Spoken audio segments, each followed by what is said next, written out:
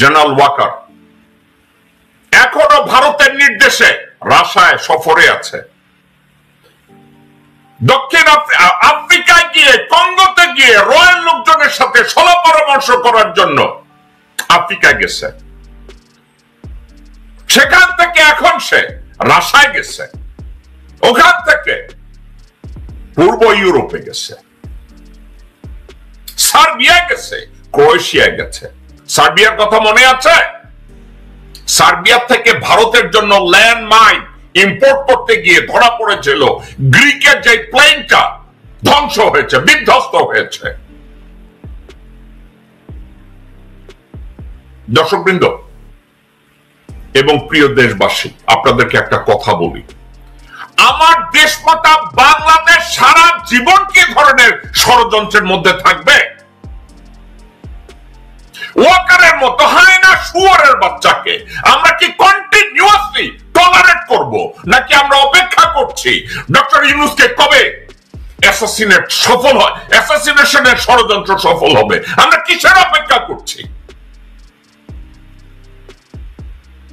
আমরা বাংলাদেশিরা বলবো এর সাথে ওয়াকার জড়িত না। ওই সব শুয়োরের বাচ্চাদের আমি একটা কথা বলবো, সমগ্র বাংলাদেশের আর্মির ইনচার্জ কে? ওয়াকারুজ্জামান। আর্মির হেলিকপ্টারে যদি আমার বাচ্চা কাচ্চার উপরে গুলি করা হয়, এর ড্রাইভার কার ঘাড়ে যাবে?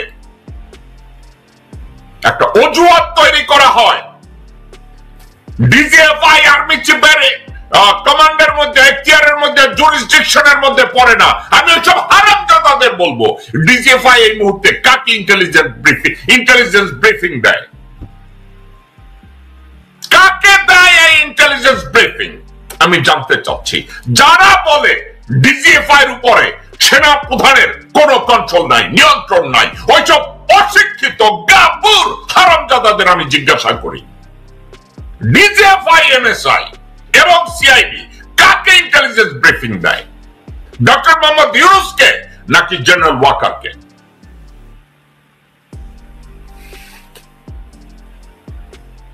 অনতিবিলম্বে এটা নিয়ে আমি বারবার বলেছি, Walker and Chuppo must leave their position or must get sacked by Dr. Mohammad Yunus and the caretaker interim government.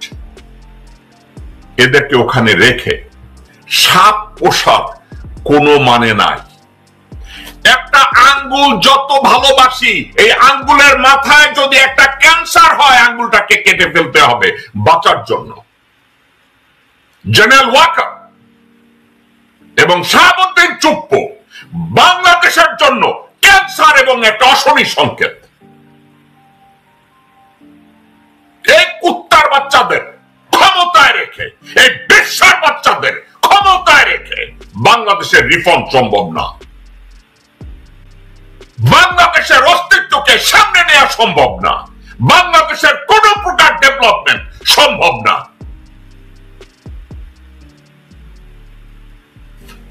General ওয়াকারের নেতৃত্বে বিডিআর হত্যাকাণ্ডের সাথে জেনারেল ওয়াকার প্রত্যক্ষ পরোক্ষ লজিস্টিক প্রত্যেকটা ভাবে ওয়াকার জড়িত। ওয়াকারের জন্য আজ পর্যন্ত সুষ্ঠু একটা তদন্ত বাংলাদেশে হয় না বিডিআর হত্যাকাণ্ডের ব্যাপারে। আয়নাঘর নির্মিত হয়েছে ওয়াকারের সমর্থনে, তারেক সিদ্দিকীর সমর্থনে, রয় সমর্থনে। ছাত্র জনতা যখন ডক্টর মোহাম্মদ ইউনূসকে ক্ষমতা এনেছে দেশের রিফর্মের জন্য, আবার তারা ষড়যন্ত্র করেছে বাংলাদেশকে টেনে হিসেবে আবার যেন 50 বছর পিছনে নেওয়া হয়। একটা মাত্র টার্গেট, পিতৃতুল্য ডক্টর মোহাম্মদ ইউনূসকে পৃথিবীর থেকে যেন সরিয়ে দেওয়া হয়।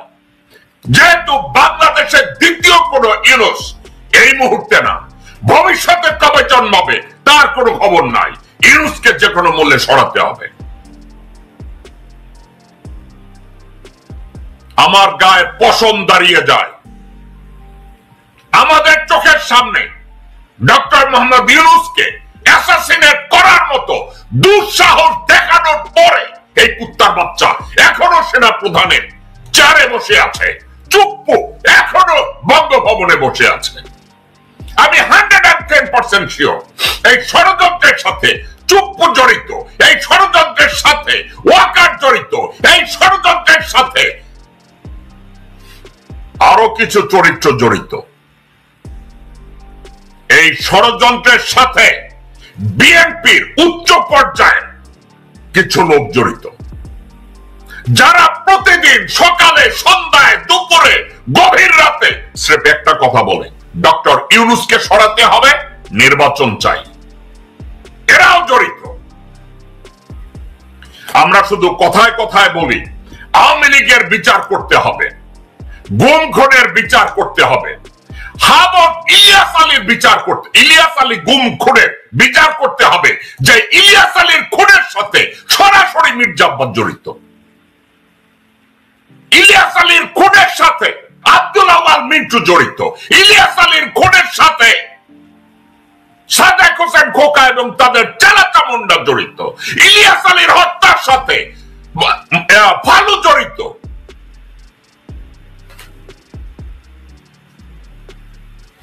আমরা শুধু হত্যাকাণ্ডের বিচার চাই। অফকোর্স হাসিনা ভারতীয় মাগি, অফকোর্স হাসিনা ভারতীয় কুত্তার বাচ্চা, অফকোর্স হাসিনা ভারতীয় বেশ্যা।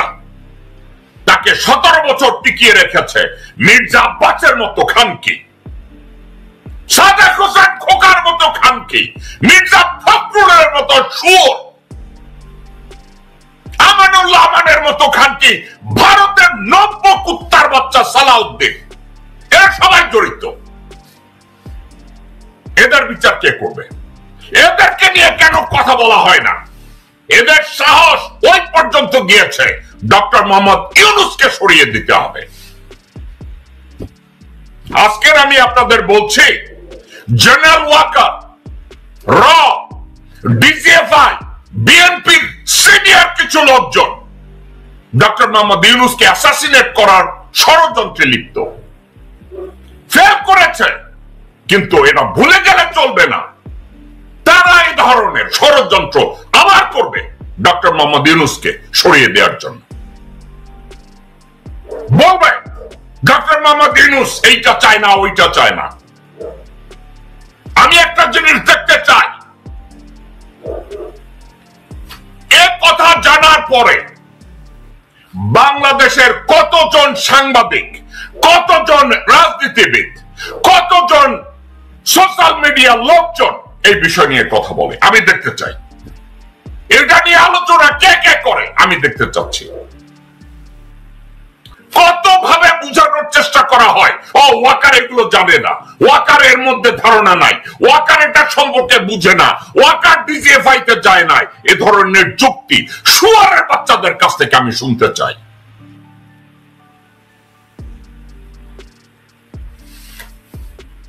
একটা কথা আমাদের সবাইকে বুঝতে হবে, সত্য যত নির্মম হয় ওই সত্যের কোনো বিকল্প নাই।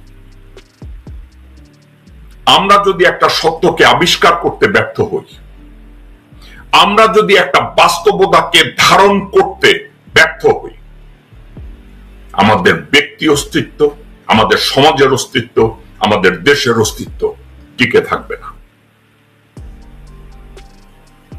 বাংলাদেশ আর্মির সশস্ত্র বাহিনীর সম্পূর্ণ রিফর্ম যদি করা না হয়,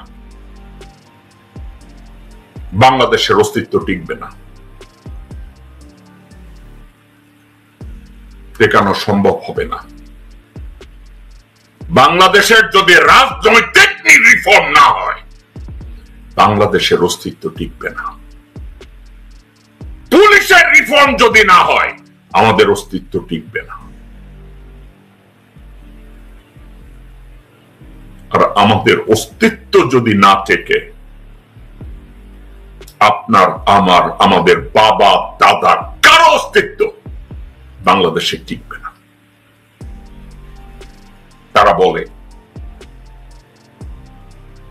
ইউনূস ছাড়া নাকি তারা সংস্কার করবে। গত 53 বছরে বাংলাদেশের কোন রাজনৈতিক দল বা ব্যক্তি তাদের যোগ্যতা, তাদের দূরদৃষ্টি, তাদের দেশপ্রেম দিয়ে প্রমাণ করতে পারে নাই যে তারা সংস্কারে বিশ্বাস করে বা সংস্কার করতে সক্ষম হয়েছে।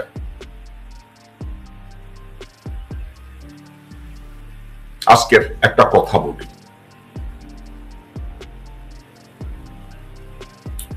পাকিস্তান নিউক্লিয়ার ওয়েপন ইনভেন্ট করার পর থেকে আজ অবধি মোসাদ, সিআইএ এরা সবাই ষড়যন্ত্র করছে পাকিস্তান থেকে যদি নিউক্লিয়ার ওয়েপনটা এবং এন্টায়ার আর্সেনালকে কিডন্যাপ করা যায়, চুরি করে নেওয়া যায়, সরিয়ে ফেলা যায়, ডিস্ট্রয় করা যায়, সবকিছু করছে।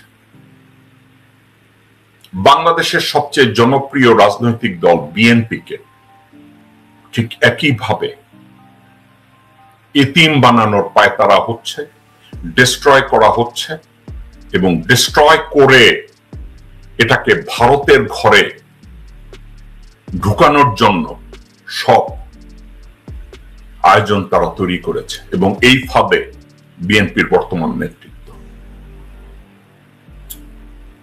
মাওলানা আব্দুল হামিদ খান ভাসানী যখন আওয়ামী মুসলিম লীগ গঠন করলেন, উনি স্বপ্নেও কোনোদিন চিন্তা করে নাই যে আওয়ামী মুসলিম লীগ একসময় ভারতীয় লীগে পরিণত হবে। উনি দুঃস্বপ্নেও কখনো চিন্তা করে না আব্দুল হামিদ খান ভাসানী তার তৈরি দল একসময় ভারতীয় লীগে রূপান্তরিত হবে। আলটিমেটলি তাই হয়েছে।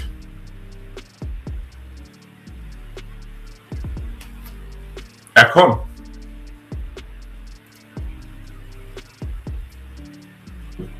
আপনারা একা একা চিন্তা করে এটা একটু খুঁজে বেড়ান, বিএনপির অবস্থা কি একই দিকে যাচ্ছে?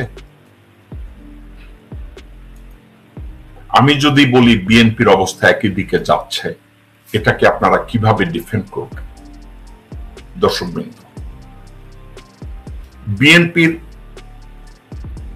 উপরে জনগণের বিশ্বাস আছে, বিএনপির উপরে জনগণের আস্থা ছিল, বিএনপির উপরে জনগণের ভালোবাসা ছিল, বিএনপির উপরে জনসমর্থন ছিল।